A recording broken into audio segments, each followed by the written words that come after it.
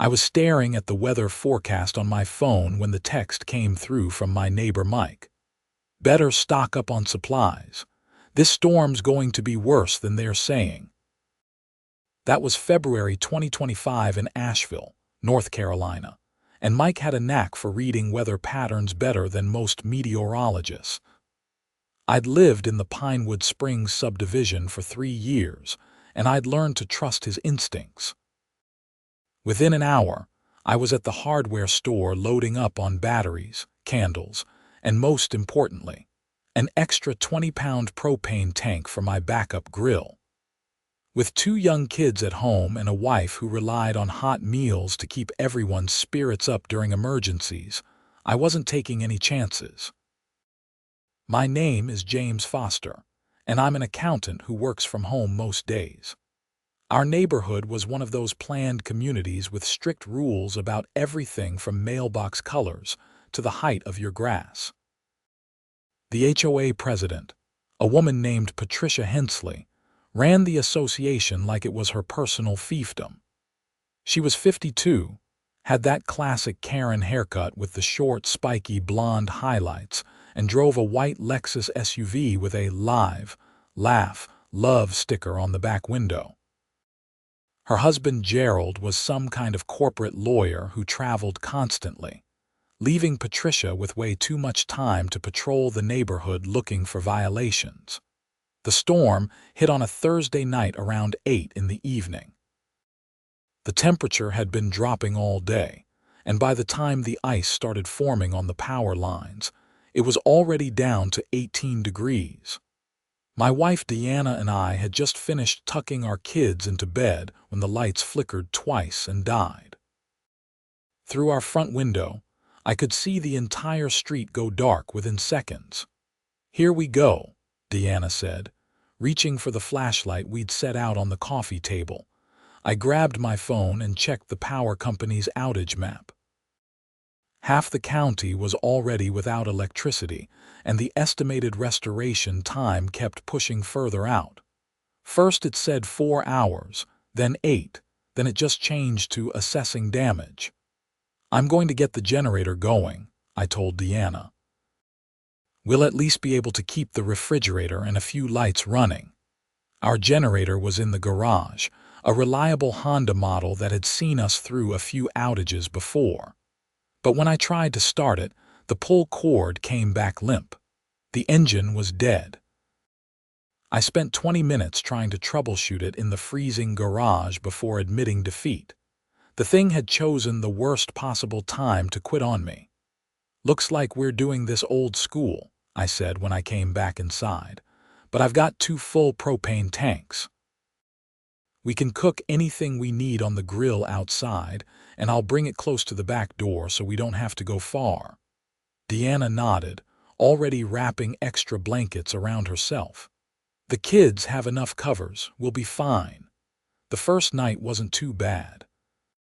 The house held heat reasonably well, and we all bundled up in the living room with our camping lanterns and played board games until everyone got sleepy. I checked on the grill and propane tanks before bed, making sure everything was secure on our covered back patio. The 2 tanks sat there like silver sentinels, 20 pounds each, enough to keep us fed for at least a week if the outage lasted that long. Friday morning came with no power and temperatures that had dropped even further overnight. I could see my breath inside the house. I fired up the propane grill and made eggs and bacon for breakfast while Deanna heated water for coffee and oatmeal. The kids thought it was an adventure at first, running around in their winter coats inside the house, pretending they were Arctic explorers. That afternoon, I decided to check on my propane supply. I went out to the back patio and immediately knew something was wrong. One of the tanks was gone. I stood there for a solid minute, thinking I must have moved it and forgotten. But no, I distinctly remembered seeing both tanks the night before. I'd even touched them both, making sure the connections were tight. Now there was just one tank sitting there and an empty space where its partner should have been. "Deanna," I called out. Did you move one of the propane tanks?" She came to the back door, hugging herself against the cold. "What? No, why would I? One of them is missing." Her eyes widened. "Are you serious? Who would steal a propane tank during a power outage?" That was the question, wasn't it? But even as I said it, a suspicion was already forming in my mind. I walked around to the side of the house where I'd installed a security camera 6 months earlier. Patricia had actually complained about it during one of her neighborhood walkthroughs, saying it was an eyesore and didn't match the aesthetic standards of Pinewood Springs. I'd politely told her it was pointed at my own property and was perfectly legal. Now I was glad I'd stood my ground. The camera was motion activated and had night vision. I pulled out my phone and opened the app, scrolling back through the previous night's footage. Most of it was nothing, just the occasional branch moving in the wind or a cat passing through the yard. But then, at 2:30 in the morning, a figure appeared on the screen. I knew that white parka. I knew that distinctive walk, that purposeful stride of someone who believed they had every right to be wherever they wanted. Patricia Hensley had come into my backyard in the middle of the night and taken my propane tank. The footage was crystal clear. She approached the patio, looked around to make sure no one was watching, and then bent down to disconnect the tank. She struggled with the weight for a moment before hefting it up and carrying it back around the side of my house toward the street. The timestamp on the video was 2:37 a.m., and the whole theft took less than 3 minutes. "You've got to be kidding me," Deanna said when I showed her the video. Patricia took it. "The HOA president, clear as day," I replied, watching the footage again. "She walked right into our yard and stole our property." "What are you going to do?" I thought about it for a moment. Part of me wanted to march over to her house immediately and confront her. But another part of me, the more cautious part, knew that having video evidence meant I had options. This wasn't just a neighborhood dispute anymore. This was theft, plain and simple. "I'm going to call the police," I said. Deanna looked surprised. "Really? You're going to get the police involved over a propane tank?" "It's not about the tank," I explained. "It's about the principle. She came onto our property in the middle of the night and stole from us during an emergency.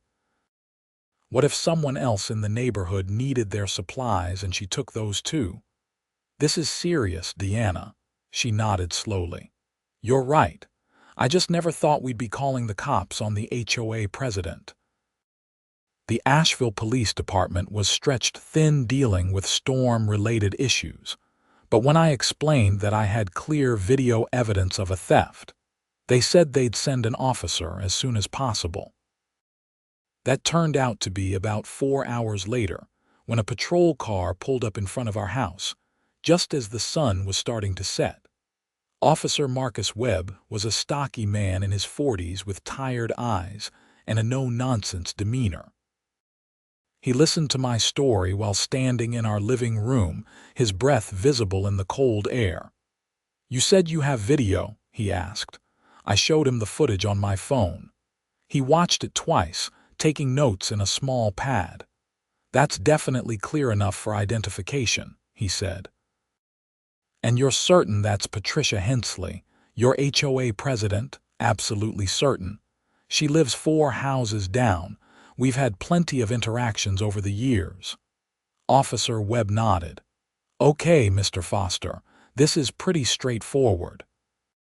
We've got video evidence of the theft, and the property value of a full propane tank is significant enough to warrant charges. I'm going to go have a conversation with Mrs. Hensley." "You want me to come with you?" I asked. "No, sir, that's not necessary. In fact, it's better if you stay here. I'll come back and let you know what happens." I watched from my front window as Officer Webb walked down the street toward Patricia's house.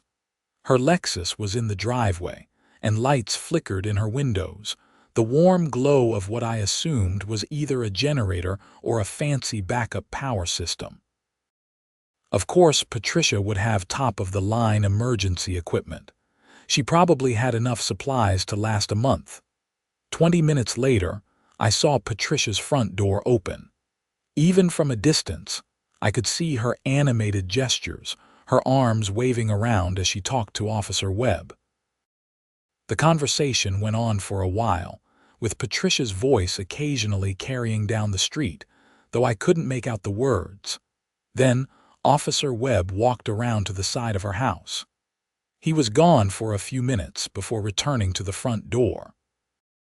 More conversation, more gestures from Patricia, and then Officer Webb walked back to my house. "Well," I asked as soon as I opened the door. "I found your propane tank in her garage," Officer Webb said. "She initially denied taking it, but when I told her about the video, she changed her story. She's claiming it was a misunderstanding." "A misunderstanding? She snuck into my yard at 2:30 in the morning. I know, Mr. Foster. Believe me, I've heard every excuse in the book. She's saying she thought the tank belonged to the HOA common property, that it was left over from a neighborhood event last summer." I couldn't believe what I was hearing. "That's ridiculous. It was on my private patio connected to my personal grill." "I understand, and I explained that to her. The fact is, I have your tank in my patrol car right now. I'm returning it to you. As for Mrs. Hensley, she's being charged with misdemeanor larceny. She'll receive a citation and will have to appear in court." "What happens next?" Deanna asked, coming to stand beside me. "The district attorney's office will review the case. Given the clear video evidence, and the fact that Mrs. Hensley changed her story when confronted, I'd say there's a strong case here. You'll probably be called as a witness if it goes to trial, but often these things get resolved with a plea agreement." After Officer Webb left, I stood in my driveway holding my recovered propane tank. The whole situation felt surreal. I'd woken up that morning never imagining I'd be pressing theft charges against my HOA president by evening. The story spread through the neighborhood faster than I expected. By Saturday morning, despite most people still being without power, everyone seemed to know what had happened. My phone buzzed constantly with texts from neighbors. Some were supportive, others were shocked, and a few seemed uncomfortable with the whole situation. Mike came by around noon to check on us. "Man, I heard about Patricia," he said. "That's wild." I always knew she was controlling, but I never thought she'd actually steal from someone. "The video doesn't lie," I replied. "She walked right into my yard and took it. Good for you for calling the cops. Someone needed to stand up to her eventually. You know she's been filing violations against half the neighborhood for years. Mrs. Chen down the street got a $200 fine last month because her mailbox was the wrong shade of black." "Seriously?" "Yeah. Patricia measured the paint color somehow and claimed it didn't match the HOA specifications. Mrs. Chen had to repaint the entire thing and pay the fine. The power came back on Sunday afternoon, 3 full days after the storm hit. The house slowly warmed up, and Diana and I could finally relax without worrying about keeping the kids warm. But the situation with Patricia was far from over. On Monday morning, I received an email from the Pinewood Springs HOA. It was from Patricia, sent to every resident in the subdivision. "Dear homeowners," it began. "It has come to my attention that false accusations have been made against me regarding a simple misunderstanding during last week's power outage. I want to assure all residents that I have always acted in the best interests of our community and would never intentionally cause harm to any neighbor. The situation has been greatly exaggerated, and I hope we can move forward with understanding and forgiveness. Sincerely, Patricia Hensley, HOA President." I read it twice, feeling my anger rise with each word. False accusations. The video was irrefutable. Simple misunderstanding. She'd committed theft in the middle of the night. My phone rang almost immediately. It was Tony Garrett, another neighbor who lived on the opposite end of the subdivision. "James, did you see Patricia's email?" he asked. "Just read it. She's calling my accusations false." "That's not going to fly. Listen, a bunch of us have been talking. We want to call an emergency HOA meeting to discuss removing Patricia from the board. We've all had problems with her over the years, but this is the last straw. You interested in being there?" "Absolutely." The emergency meeting was scheduled for Wednesday evening at the community clubhouse. According to the HOA bylaws, any resident could call for a special meeting with signatures from at least 20% of the homeowners. Tony had collected signatures from 30 households within 2 days. When Wednesday came, the clubhouse was packed. At least 60 people showed up, which was probably the highest attendance in the subdivision's history. Patricia sat at the front table with the other 2 board members, looking composed but with tight lines around her mouth. Gerald wasn't there. Apparently, he was still traveling for work, though I suspected Patricia might have preferred he stay away from this particular meeting. Tony stood up to address the crowd. "Thank you all for coming. We've called this meeting to discuss a serious matter involving our HOA president. As many of you know, Patricia Hensley was caught on video surveillance stealing a propane tank from James Foster's property during last week's power outage. The police were called, evidence was provided, and Patricia has been charged with misdemeanor larceny." A murmur ran through the crowd. Patricia stood up immediately. "I'd like to address these allegations," she said, her voice sharp. "This was a simple mistake. I genuinely believed the propane tank was HOA property from a neighborhood barbecue last summer. I had no intention of stealing anything from anyone." I stood up, holding my phone. "That's not what the video shows. Would everyone like to see it?" There was a chorus of agreement. I connected my phone to the clubhouse projector, and the security footage played on the large screen. The room fell silent as everyone watched Patricia sneak into my backyard at 2:30 in the morning, disconnect the propane tank, and carry it away. When the video ended, the room erupted in conversation. Several people were shaking their heads in disbelief. "That doesn't look like someone who made an innocent mistake," called out Sandra Mills, a retired teacher who'd lived in the subdivision for over a decade. "That looks like someone who knew exactly what they were doing." Patricia's face had gone red. I was confused. It was dark and I was desperate. Our generator had run out of fuel, and I thought I remembered storing HOA propane tanks on various properties around the neighborhood. "On my private patio, connected to my personal grill?" I asked. "Come on, Patricia. You knew exactly what you were doing." Another neighbor, David Chen, stood up.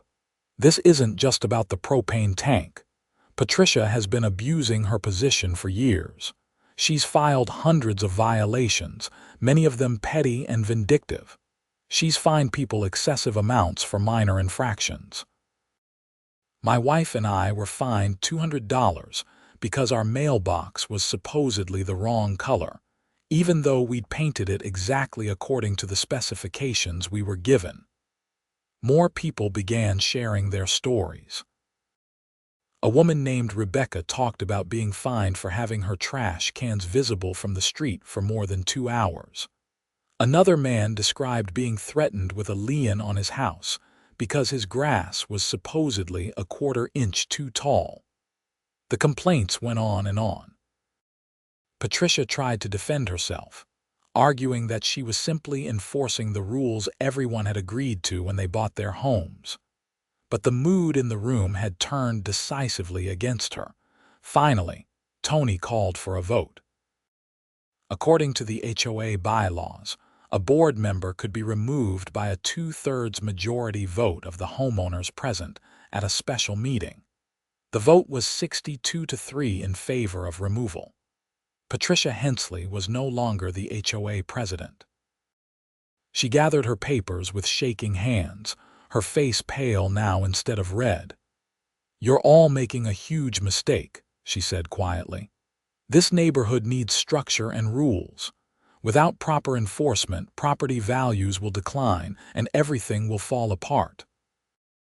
"What this neighborhood needs," Sandra replied, "is leadership that treats people with respect instead of looking for reasons to fine them." Patricia left the clubhouse without another word. Through the window, I watched her get into her Lexus and drive away. The next few weeks were a blur of activity. The HOA elected new board members, including Tony as president and Sandra as vice president. One of their first acts was to review all the fines Patricia had issued over her tenure. They found dozens of questionable violations and voted to refund many of the excessive fines. Meanwhile, Patricia's criminal case moved forward. Her court date was set for mid-March. I received a call from the assistant district attorney, a woman named Jennifer Martinez, who wanted to go over my testimony. "This is a pretty straightforward case," Jennifer told me during our phone call. "We have clear video evidence, a police report, and the stolen property was recovered from the defendant's possession. Mrs. Hensley's attorney has reached out about a plea deal, but she's still maintaining it was a misunderstanding." "What kind of plea deal?" I asked. "Probably something like pleading guilty to a lesser charge, paying restitution, and doing community service. The thing is, she keeps insisting she didn't intend to steal anything, which makes a plea agreement difficult. If she won't admit wrongdoing, we'll have to go to trial. I'm willing to testify if needed." "I appreciate that, Mr. Foster. I'll keep you updated." The court date arrived on a chilly Tuesday morning in March. I took the day off work and drove downtown to the Buncombe County Courthouse. Deanna came with me for support. The building was busy with people coming and going, lawyers in suits carrying briefcases, and families gathered in worried clusters. We found the right courtroom and took seats in the gallery. Patricia was already there with her attorney, a slick-looking man in an expensive suit who was probably a colleague of her husband Gerald. Speaking of Gerald, he was there too, sitting behind Patricia with a carefully neutral expression on his face. The judge was a stern woman in her 60s named Judge Catherine Morrison. She had a reputation for being fair but tough, and she clearly didn't appreciate having her time wasted. Patricia's attorney made his arguments first, emphasizing that his client had no prior criminal record, was a respected member of the community, and had made an honest mistake during a stressful emergency situation. He tried to downplay the video evidence, suggesting that Patricia's actions could be interpreted as confused rather than criminal. Then Jennifer Martinez presented the prosecution's case. She played the security video for the judge, highlighting how Patricia had looked around before taking the tank, demonstrating awareness that she was doing something she shouldn't. She pointed out that Patricia had initially denied taking the tank when confronted by police, only changing her story when informed about the video evidence. "Your Honor," Jennifer said, "this was not a confused person making an innocent mistake. This was someone who saw an opportunity during a crisis and took advantage of it. The defendant deliberately entered Mr. Foster's property under cover of darkness and removed his property without permission. That is theft, plain and simple." Judge Morrison watched the video twice, her expression unreadable. Then she asked Patricia to stand. "Mrs. Hensley, I've reviewed the evidence in this case and I find it compelling. The video clearly shows you entering Mr. Foster's property and taking his propane tank. Your explanation that you believed it was HOA property is not credible, given that it was located on a private patio connected to a personal grill. Furthermore, your initial denial when confronted by police suggests consciousness of guilt. Patricia's lawyer started to object, but Judge Morrison held up her hand. However, I also note that you have no prior criminal record, and the value of the stolen property, while significant during an emergency, is relatively modest in absolute terms. I'm willing to consider a resolution that doesn't result in a conviction if you're willing to accept responsibility. Patricia whispered with her attorney for a moment. Finally, she nodded. Mrs. Hensley, do you wish to enter a plea? Judge Morrison asked. Yes, Your Honor, Patricia said, her voice barely audible. I plead guilty to misdemeanor larceny. And do you acknowledge that you intentionally took property that did not belong to you without permission? There was a long pause. Patricia's shoulders slumped. Yes, Your Honor. I acknowledge that. Judge Morrison nodded. Very well.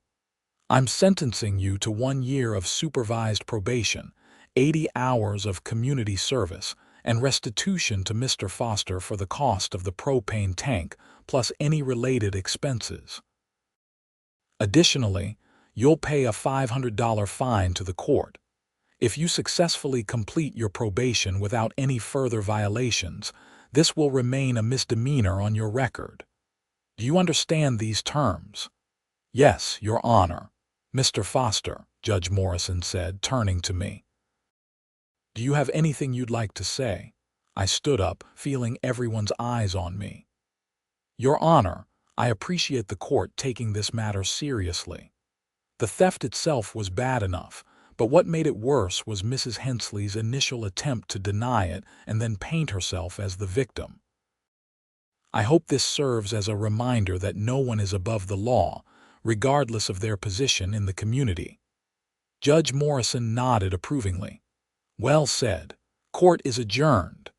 As we left the courtroom, Patricia and Gerald walked past us without making eye contact. Her attorney was already on his phone, probably calling someone to explain what had happened. I felt a mix of emotions, relief that justice had been served, but also a strange sadness that it had come to this. In the parking lot, Deanna squeezed my hand. How do you feel, honestly?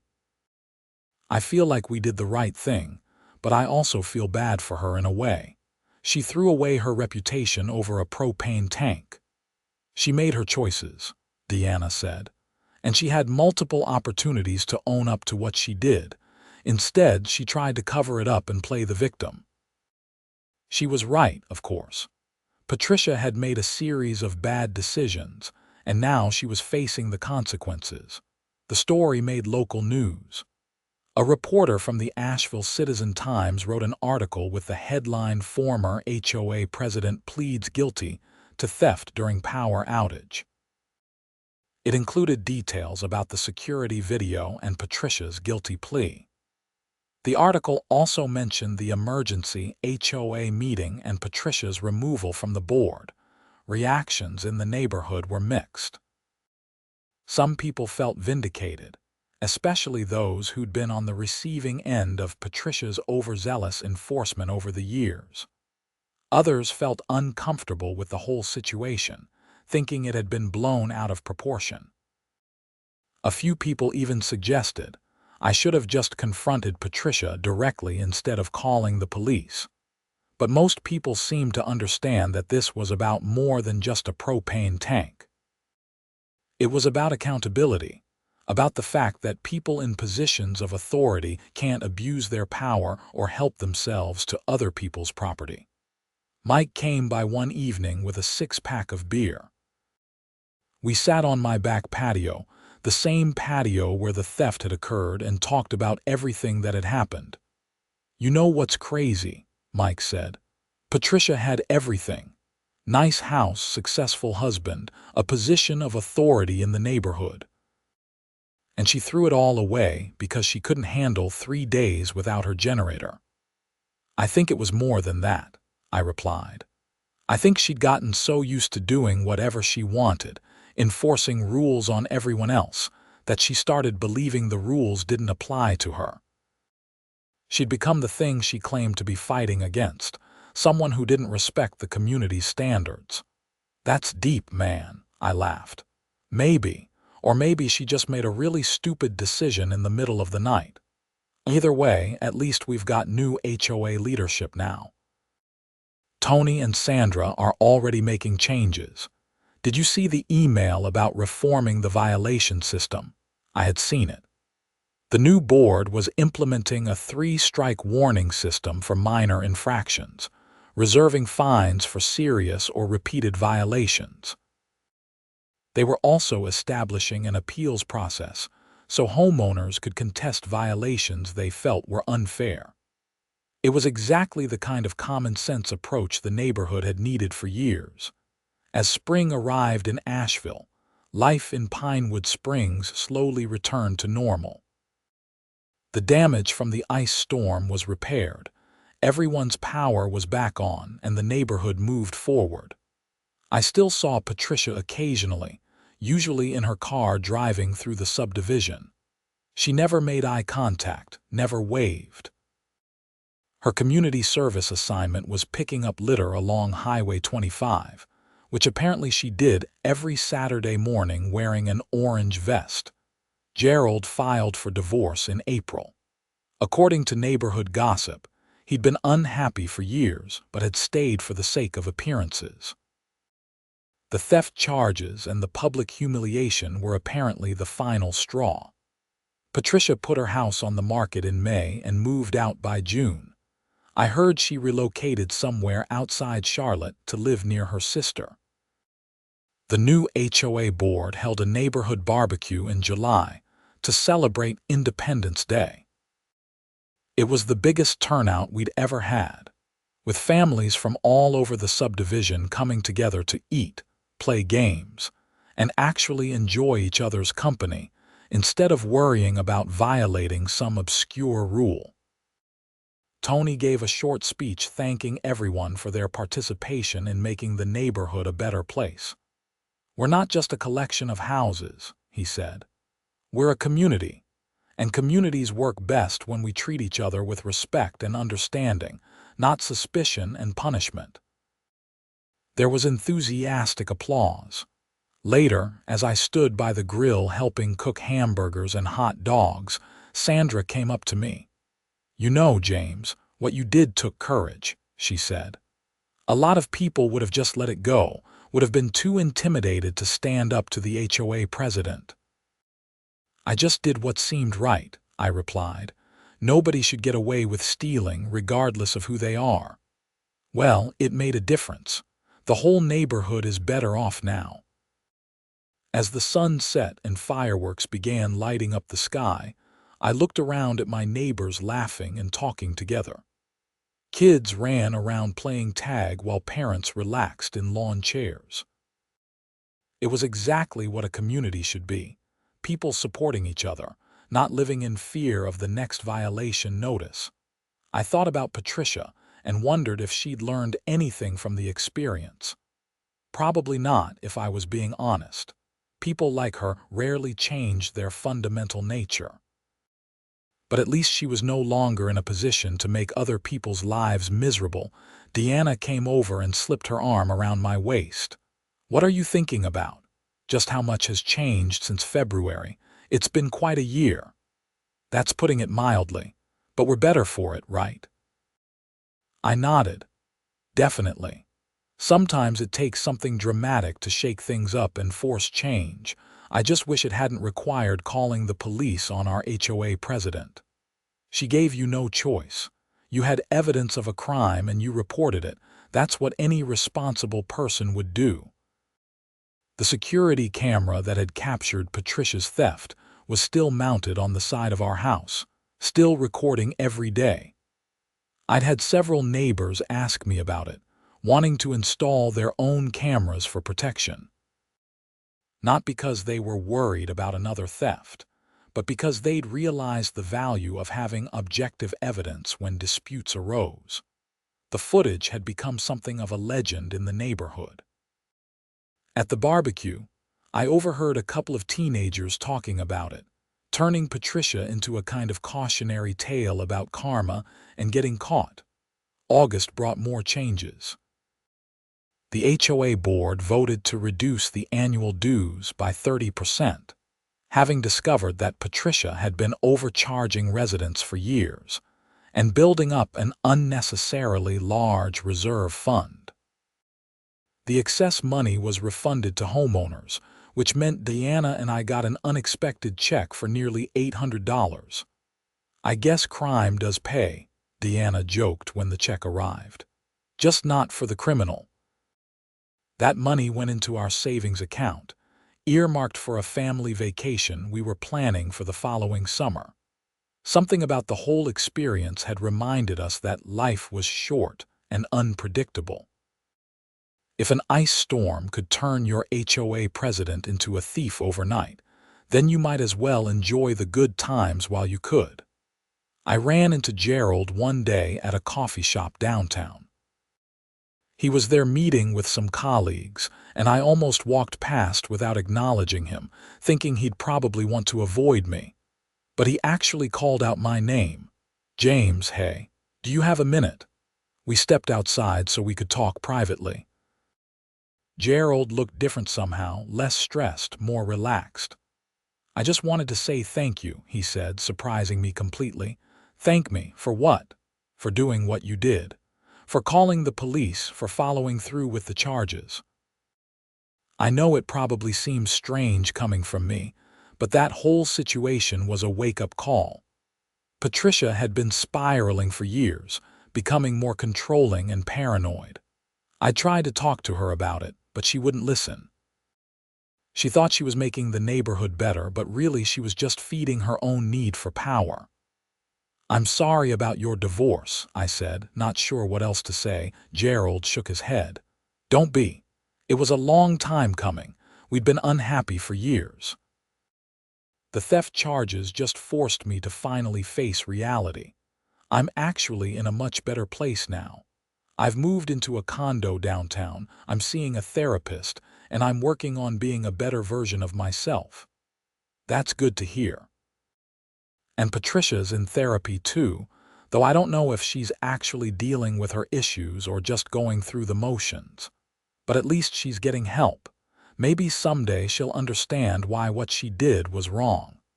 We shook hands before parting ways. It was a strange conversation, but also somehow affirming. The whole situation had caused ripple effects far beyond what I'd imagined when I first discovered that missing propane tank. As fall arrived, and the trees around Asheville turned brilliant shades of red and gold, life in Pinewood Springs had settled into a new rhythm. The HOA board was functioning smoothly, violations were down dramatically, and people actually seemed to enjoy living in the neighborhood instead of just tolerating it. I'd become something of an unlikely folk hero among certain residents, the guy who'd stood up to the tyrannical HOA president and won. It was a reputation I wasn't entirely comfortable with. I didn't see myself as heroic. I just reported a crime and let the legal system do its job. But I understood why the story resonated with people. Everyone had experienced some form of petty authority figure in their lives, someone who wielded a small amount of power like they were running an empire. Patricia had been that person for our neighborhood, and her downfall felt like justice not just for me, but for everyone she'd wronged over the years. The security camera footage had taught me something important. The truth matters. In an age where everyone had an opinion and people could spin stories however they wanted, having objective evidence made all the difference. Without that video, it would have been my word against Patricia's, and as HOA president, she probably would have gotten away with it. Winter came around again, and forecasters were predicting another rough ice storm for western North Carolina. This time, I was even more prepared. I bought 3 propane tanks instead of 2, made sure the generator was serviced and running properly, and stocked up on enough supplies to last 2 weeks if necessary.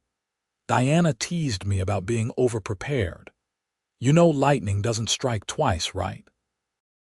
I don't think anyone's going to be stealing our propane this year.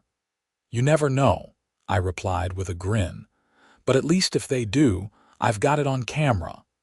The storm hit in late January 2026, almost exactly 1 year after the incident with Patricia.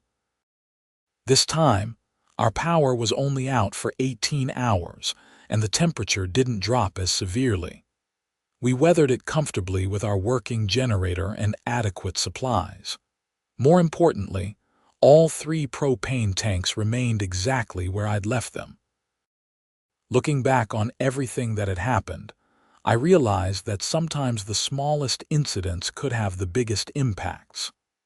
A stolen propane tank had led to criminal charges, an HOA president's resignation, a divorce, and a complete transformation of how our neighborhood operated. It had shown me that standing up for what's right, even when it's uncomfortable, was always worth it. The security camera still sits on the side of my house, faithfully recording. Every now and then, I'll check the footage, mostly just to make sure everything's okay. Mostly I see ordinary things. Neighbors walking their dogs, kids riding bikes, delivery trucks dropping off packages. Normal life in a normal neighborhood. But I'll never forget that footage from February 2025, the video that changed everything. Patricia Hensley in her white parka, sneaking through the darkness to steal something she had no right to take, not knowing that every step was being recorded, that her actions would have consequences that would ripple through dozens of lives. Sometimes, I wonder what would have happened if I hadn't installed that camera, if I just noticed the missing propane and assumed someone had stolen it without proof. Patricia would still be HOA president, probably still filing petty violations and fining people for minor infractions. Gerald would likely still be trapped in an unhappy marriage. The neighborhood would still be operating under a cloud of fear and resentment. Instead, we had transparency, accountability, and justice. We had a community that functioned the way it was supposed to, with reasonable rules applied fairly, and leaders who actually served the residents instead of lording power over them. As I finish writing this account on my laptop, sitting in my warm house with my family safe around me, I feel grateful for how things turned out. Not grateful that Patricia stole from me, obviously. That part was terrible and stressful. But grateful that when faced with a clear wrong, I chose to do something about it rather than letting it slide. The propane tank itself sits in my garage now, still full. A silver cylinder that weighs about 40 pounds when it's loaded with gas. It's an ordinary object, the kind of thing you can buy at any hardware store for $30 or $40. But it represents something bigger to me now. The principle that no one is above the law, that authority comes with responsibility, and that communities are strongest when they're built on trust and fairness rather than fear and control. Patricia Hensley completed her probation successfully. I heard through the neighborhood grapevine that she finished her community service hours and paid all her fines. She never returned to Pinewood Springs after selling her house. Wherever she is now, I hope she's learned something from the experience, though I honestly doubt it. Some people are too invested in their own righteousness to ever admit they were wrong. But that's not my problem anymore. My problem is making sure my family is safe, being a good neighbor to the people around me, and contributing positively to my community. Those are things I can control, things I can work on every day. The new HOA board has continued making positive changes. They've implemented digital voting for board elections, created a community newsletter featuring positive stories about residents, and organized regular social events that bring people together. Property values in Pinewood Springs have actually increased since Patricia left, which destroys her prediction that everything would fall apart without her iron-fisted leadership. Tony proved to be an excellent HOA president, leading with empathy rather than authority. When disputes arose, he mediated rather than dictated. When rules needed enforcing, he gave warnings and worked with residents to find solutions. It was a completely different approach from Patricia's, and it worked far better. I learned something important about power during all this. True authority comes from respect, not fear. Patricia had power because of her position, but she didn't have respect. When the crisis came, she lost everything because she'd never built genuine relationships with the people she was supposed to serve. Tony had respect before he ever had official power, which made him a far more effective leader. My kids are older now, old enough to understand what happened that winter. I've used the story to teach them about honesty, integrity, and doing the right thing even when it's hard. They know their dad stood up to someone who'd done something wrong, and that the system worked the way it was supposed to. Those are important lessons for young people growing up in a complicated world. Diana and I still laugh sometimes about the absurdity of it all. Our HOA president, arrested for stealing propane during an ice storm, caught on camera like some kind of inept burglar. If someone had told us that story before it happened, we would have thought it was fiction, too ridiculous to be real. But truth really is stranger than fiction sometimes. The whole experience reinforced my belief in being prepared for emergencies. Not just having supplies, though that's important, but being prepared legally and practically to protect yourself and your property.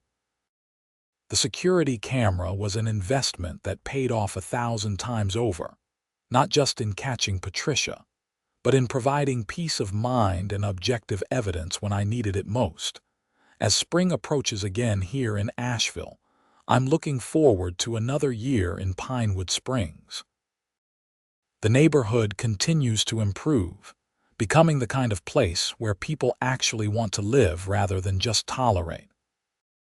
We've got a community garden starting up, a neighborhood watch program that's actually about watching out for each other rather than looking for violations, and a social calendar full of events that bring people together.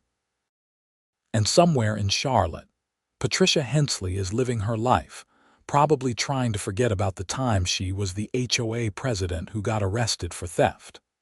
Her name occasionally comes up in neighborhood conversations, usually as a cautionary tale or a before and after reference point. Remember when Patricia was president? Someone will say, followed by a story about some ridiculous violation or fine. Then someone else will counter with how much better things are now, and everyone nods in agreement. The security camera footage has been viewed hundreds of times at this point. It was shown in court, shared with neighbors, and became a piece of evidence in the case. But now it just sits in my phone storage, a digital record of that night when everything changed. Every few months, I'll watch it again, still amazed at the clarity, at how perfectly it captured Patricia's actions. I've thought about sharing the video more widely, posting it online where it might go viral. But that's never felt right to me. Patricia was punished for her crime through the proper legal channels. She lost her position, her reputation, her marriage, and had to complete probation and community service. Making her into an internet meme would just be cruel and unnecessary. Besides, the video served its purpose. It provided the evidence needed for justice, and that's enough. The story has power not because of viral fame, but because it meant something to the people it directly affected, the residents of Pinewood Springs who lived through Patricia's reign and came out the other side into something better. As I wrap up this account, I realize I've told a story that's both simple and complex. On the surface, it's about someone stealing a propane tank and getting caught. But beneath that, it's about power, accountability, community, justice, and how one seemingly small incident can change everything. If there's a lesson in all this, it's that doing the right thing matters, even when it's inconvenient or uncomfortable. I could have let the theft go, could have just complained to my neighbors and moved on. But standing up and reporting the crime led to positive changes that benefited dozens of people and improved an entire neighborhood. Would I do it all over again knowing everything that would happen? Absolutely, without hesitation. Because at the end of the day, we're all responsible for maintaining the kind of communities we want to live in. That means holding people accountable when they do wrong, supporting positive change, and being willing to stand up even when it's difficult. Patricia Hensley stole my propane during an outage. The security camera caught her. She faced theft charges and the consequences that came with them.